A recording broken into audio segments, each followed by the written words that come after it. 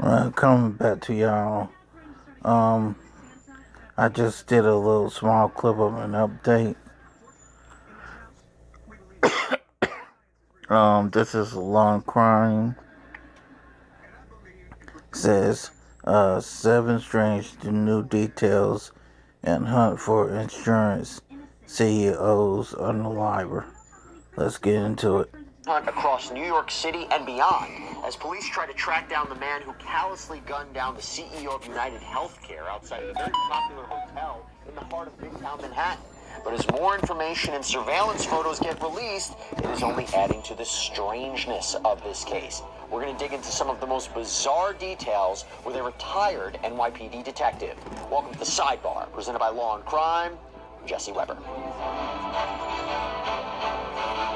The search for the gunman who targeted the CEO of one of the largest healthcare insurers in the United States continued in New York City today, and now the investigation is stretching to more parts of the country. By now, you likely know what happened on Wednesday morning outside of the Hilton Hotel in Midtown Manhattan at around 6:40. CEO Brian Thompson was walking towards the Hilton from his hotel across the street, arriving early. Conference that day, he'd come in for the conference from Minnesota, where the healthcare insurer is based. And then surveillance video shows a man in a dark hooded jacket and face mask step out from behind a car and open fire on Thompson, shooting him multiple times. NYPD investigators say the video appears to show the shooter clearing what appears to be a jam from the firearm, but continues to shoot before making his way, or his escape, I should say, down an alleyway. And at some point, the suspect gets on an e-bike and he goes into Central Park. And Thompson was rushed to a hospital, but he died. And as of this recording, on Friday afternoon, the shooter has not been identified publicly or taken into custody. But investigators are reportedly getting very close, or getting closer, I should say. So to talk about the latest developments and these strange details that are coming out of this case, I want to bring back onto the show retired NYPD Detective Dave Sarney. Dave, so good to see you. Thanks so much for coming on to talk about this. So we talked on Wednesday after this happened. Has your analysis changed since then? Well, what you're looking at now, everything got broken down. Now we say this, it's a multifaceted investigation. You're talking about, we're still looking for him, but we're looking about what he did beforehand, and that's giving us a lot more detail. We have items that are up for DNA analysis and for ballistics, shell casings, the water bottle, that's being analyzed. We're waiting for the results on that. What you're seeing now is eventually an identification to happen. The next part of that will be is, where is he? And it looks like, we see that he might have left and came from Atlanta for his bus in November. So now you're going to probably target down the southern areas of the United States. And what only that is, the analysis of the video, which is taking place from point A, from the point of the shooting backwards, has made a big difference in developing more information. Because the more information you get by the video, get you to those locations. You can interview people. They can give you more detail as to what this shooter said prior to the shooting. And if you're lucky, we'll find out where he was after the shooting. So that's it's going to take some time, and that's the whole thing. It's not a show that's over. Let me ask you this: so you have this coordination between the NYPD, the Marshal Service, the FBI, who has tremendous resources to use, and in particular technological resources. A, we'll get into this. How quickly could they get results back, let's say on DNA testing? And B, will we, the public, know if there is a manhunt? Shouldn't we know as soon as they identify who that DNA belongs to and match it to, let's say it's the suspect or the person of interest identified in the photos, if they can say, we match the DNA, that's the person, should the public know immediately? When it comes to these type of cases, you want to keep some of the information close to the chest. And I think with this, you want to see if you can apprehend once the person is identified, you want to see if you can apprehend the individual as fast as possible without notifying. Once you lose sight of that chance of getting him immediately, then maybe you could to release that information about the identification. The reason being is you don't want to, in a sense, spook him, spook people who may be helping him out in this case. So in the beginning, you'll probably keep it tight, and then you'll release it. So I want to get into some more of these details, because we now know that police believe that this suspected gunman stayed at a New York hostel at Amsterdam and 103rd, uptown from where the shooting had happened. And detectives were at that hostel on Thursday, and they were doing interviews, they were checking surveillance. And Crime Stoppers released 2 new photos of potentially the alleged gunman, maybe just a person of interest, but this person pulling down his face mask and smiling in one of the pictures. Now, a woman who was working at the desk at the hostel reportedly told NYPD officers that she had been flirting with this man, and that is what led him to apparently lower his mask. And surveillance captured that, and police hope having shots of his face will help identify him and track his movements. So Dave, let me ask you, how important is it that we have this full face shot? And B, if this really is the suspected shooter, my gosh.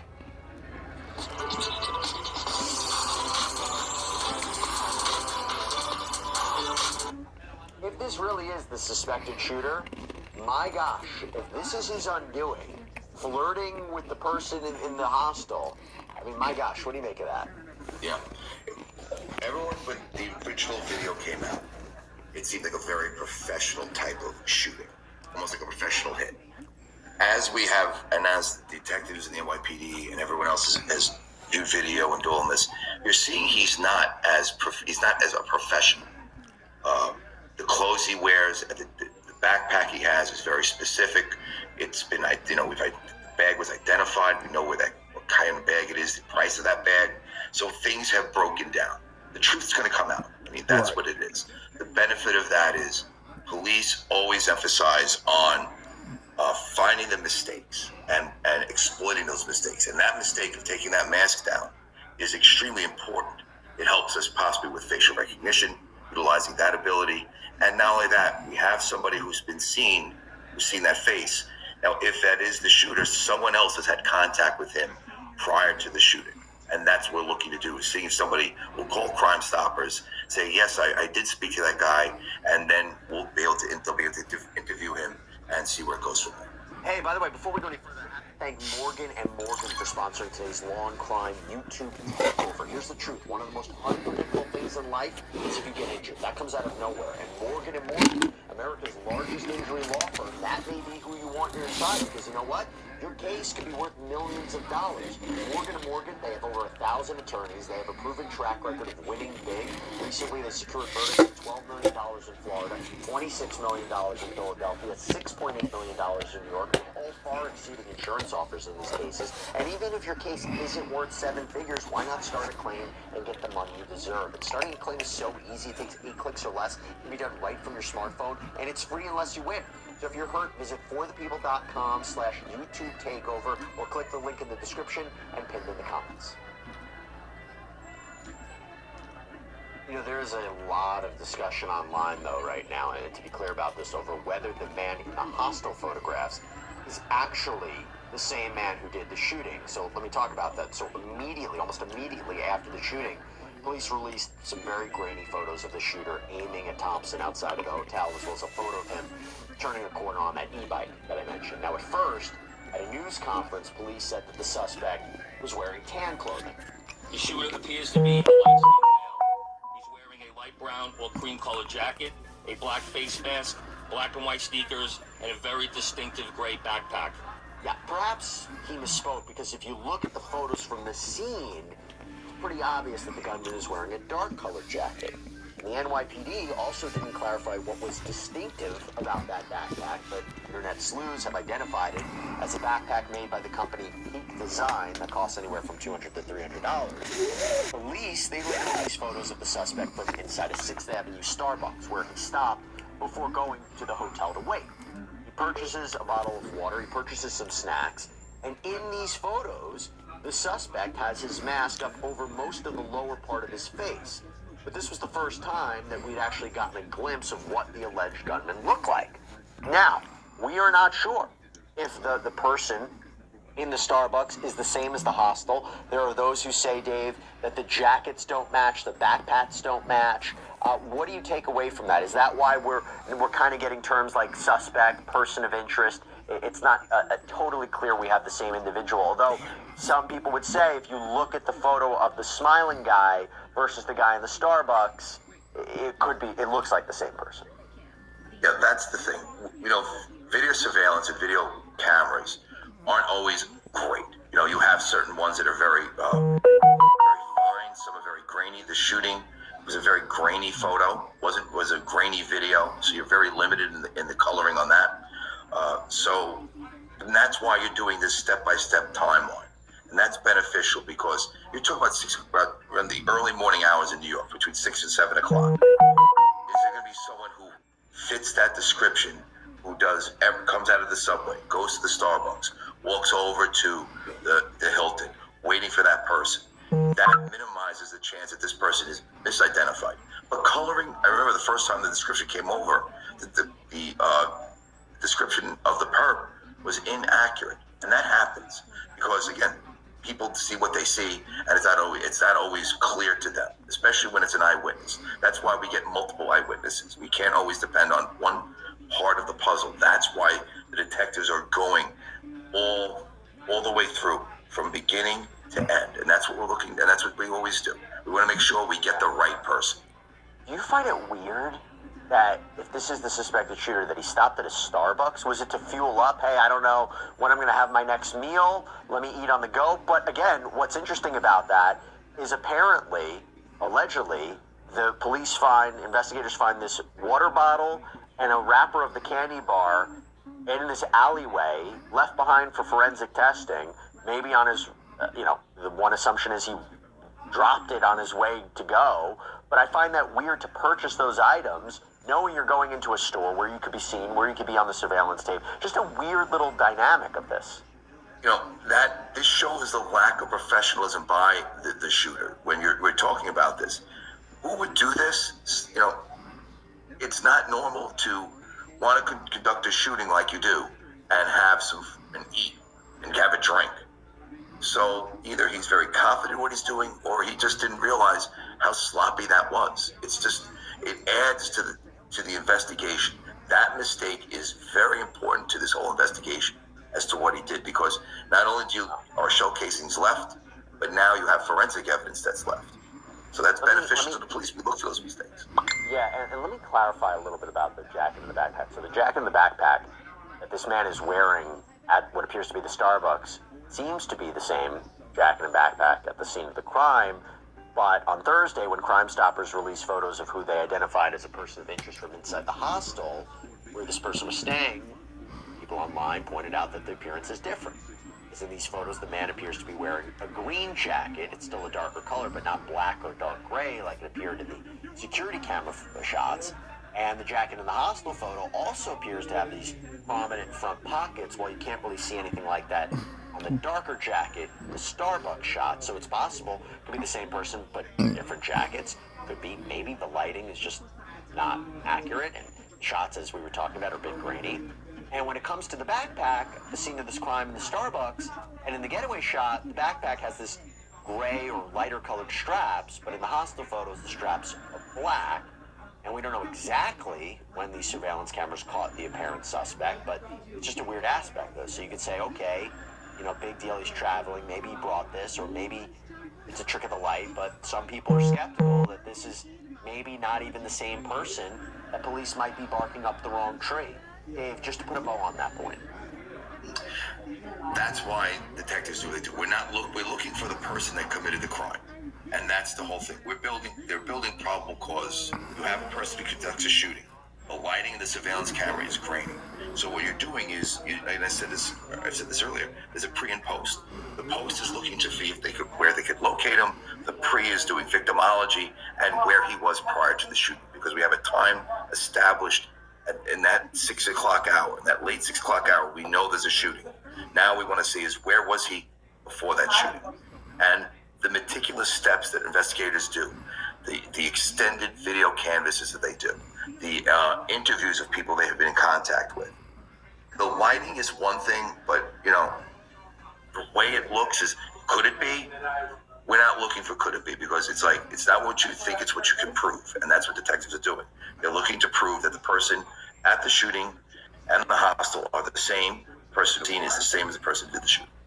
Let me ask you about the backpack, because there's another interesting new detail about the backpack. So NYPD now says that they were able to catch this person, this alleged shooter, on camera leaving Central Park, but he wasn't wearing the backpack.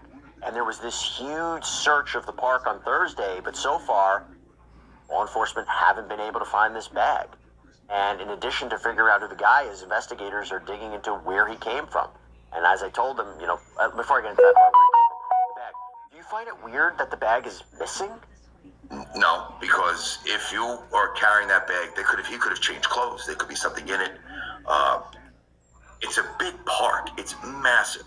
So it could go anywhere. Did he throw into a lake? Did he throw into the water? Did he dump it somewhere under grass? Whatever he did. Maybe he planned this before. He was here earlier in the month. Did he already have a place he established to dump that bag? In other words, bury the bag somewhere in an area where no one's going to be able to find it. But as they continue to do this, you can continue that grid search to see if you can find the bag. That would be great. So that's another aspect to this. You mentioned this before, because in addition to figuring out who this guy is, they're also trying to figure out where he came from. And police told the New York Times that the suspect arrived in New York, as you mentioned, about 10 days before the shooting on November 24th. The official told the Times that he came on a bus that had originated in Atlanta, although it's unclear where along the route he actually had boarded. But he was spotted on cameras at the Port Authority bus terminal. By the way, and as we talk about this, see why it's so rare to have a shooting, like an assassination like this, in a metropolitan city like Manhattan, like New York City? My goodness, cameras are everywhere. Now, according to what police told the New York Times, the man checks into this hostel on November 24th. He checks out on the 29th. Then he checks back in the next day, and the shooting happened early in the morning on December 4th. Now, law enforcement officials also told CBS News that the man had checked into the hostel using a fake ID with a fake name. The officials said police don't think he was using someone else's ID. They think it's just a made-up name. And a source told CNN that it was a New Jersey license. Dave, what do you take away from that? IDs could be fake. You could fake an ID. So if he has a fake ID, this was planned. So that's the one thing. You could see the planning to it, getting here early, checking in with a fake ID. There's a lot of planning into it. But if you're here for an extended period of time and you have money, how much cash could you live off of in New York City within that extended time frame? Apparently he paid the Starbucks with cash. Cash runs out. Was there cash in the bag? We don't really know. We know he's probably fled New York. That's one thing we do is fake. But eventually something is going to happen where a credit card has to be used. You can't have enough cash unless, let's say, there's someone assisting. There's someone who's with him on this, who's helping him out. Given the fact that there was a phone call made by the shooter prior to the shooting. So is there someone else involved? Because if you have cash, you're going to run out of cash. And you have to use your credit card. It's somewhere along the line. It's hard to stay off the grid. How did he stay off the grid? He had cash, but now he's gone. Where is he, and who could he be with? Who could be with at this time? That's what I want to get into now. So there's a bunch of other aspects to this. Do you think he had help? Sorry about the ad. Add a little bit of sparkle. He had help? Proficient shooter, planned ideas. It's hard to continue that without some sort of assistance or some sort of help, in a sense, to kind of, because usually people, when they involve themselves in types of shootings, and the showcasing's there with deny to fund on that, creating an ideology or creating an anger. Someone sometimes has to support that. Someone doesn't really always go off by themselves. Okay, the lone gunman. Something had to get him to the point where saying, today's the day. I'm going to do this. He planned this. Well, this has been planned a long time. He comes here. He sits in front of the hotel area. Let me, if I may, let me just jump in. The reason I ask you that, more than just helping with the ideology of this, he knows exactly where Thompson is going to be at precisely that time. Now, unless he knew he was going to be a speaker at the investors conference, how did he know that he was going to show up early at that time? And it makes me wonder, could he have found this information out on his own? Or did he have inside information? And again, we're speculating, we don't know, but it's a question. I think it's a fair question to ask. We always have to speculate because, we have to see because that's the thing. That day, if he's here this long, the victim is here a day. He doesn't do anything until this moment. And I've always asked this question: I always ask, why now? Why is this moment the time he does it? Because he knew the scheduling. The conference is 8 Yeah, o'clock in he the knew morning. that man's He's there at routine. 6. He knows how he knows he's going to be there alone, no one else. That's something either he was being told, or he followed him in there and waited for that day to get him by himself. So that's what you have to look at.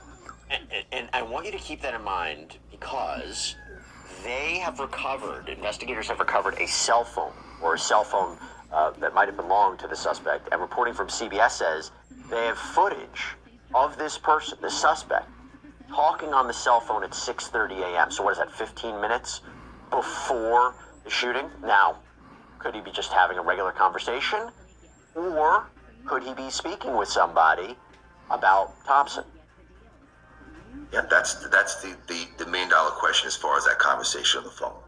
And that phone is pertinent to find out who was called, what the numbers were called. And detectives that phone is getting opened up. They're going to do their forensics on that phone.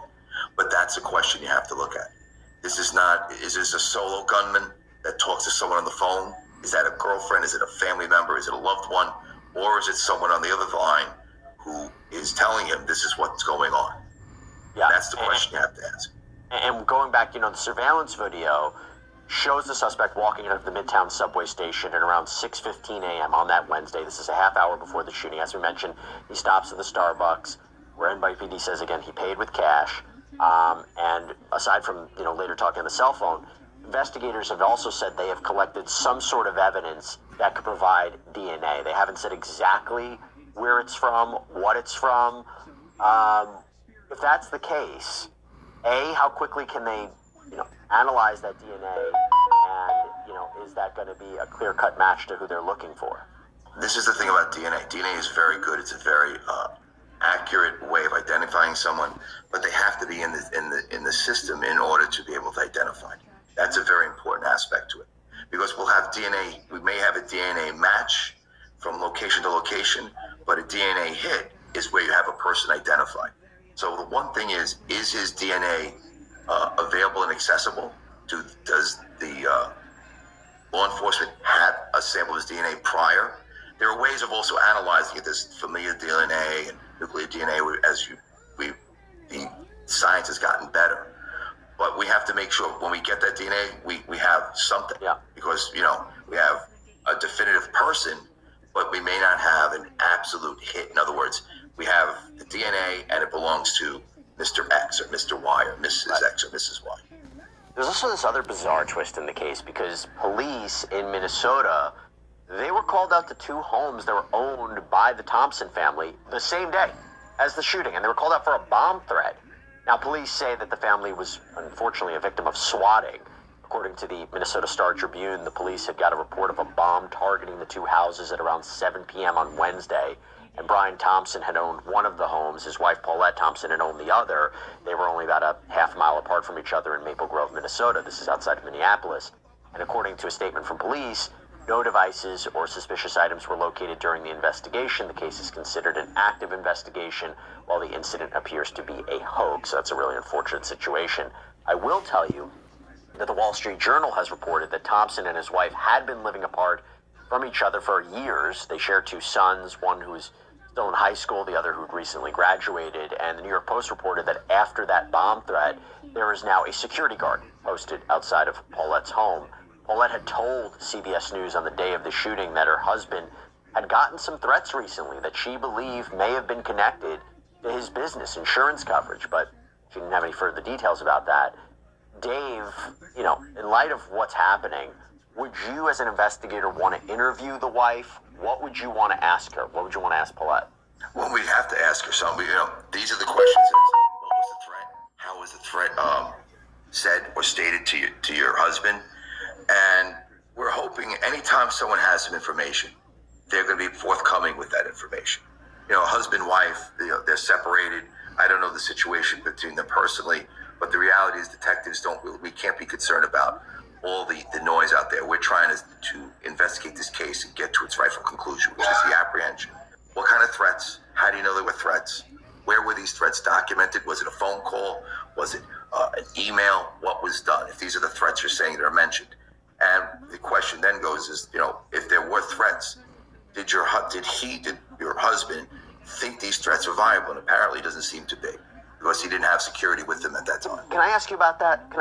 So CNN reported that UnitedHealth Group, which is the parent company, they are supported by in-house security teams, but there was no team with Brian Thompson that day. I don't quite get that. Well, that would be, we're talking in-house, meaning that would have to be, do they travel with their upper management? That's a question, because that's also an added expenditure that they do. If these security guards that they have in Minnesota, are they licensed to carry in New York State? That's another aspect to that. Those things are tertiary in the sense that he still didn't either have them, did he request them and he was denied, or he just didn't have, he outright denied it because I don't need it. And that's something that you have to look at too. It's not, when you see security, it's like, oh, why weren't they there? May said, I don't need them. And there are threats against you. He's the CEO. If he doesn't want to have security with him, he doesn't have to. Well, look, let me tell you, everybody, this. If you're following the case, you want to help, the NYPD is offering right now a $10,000 reward in the case, asking for the public to call Crime Stoppers, their hotline at 1-800-577-TIPS.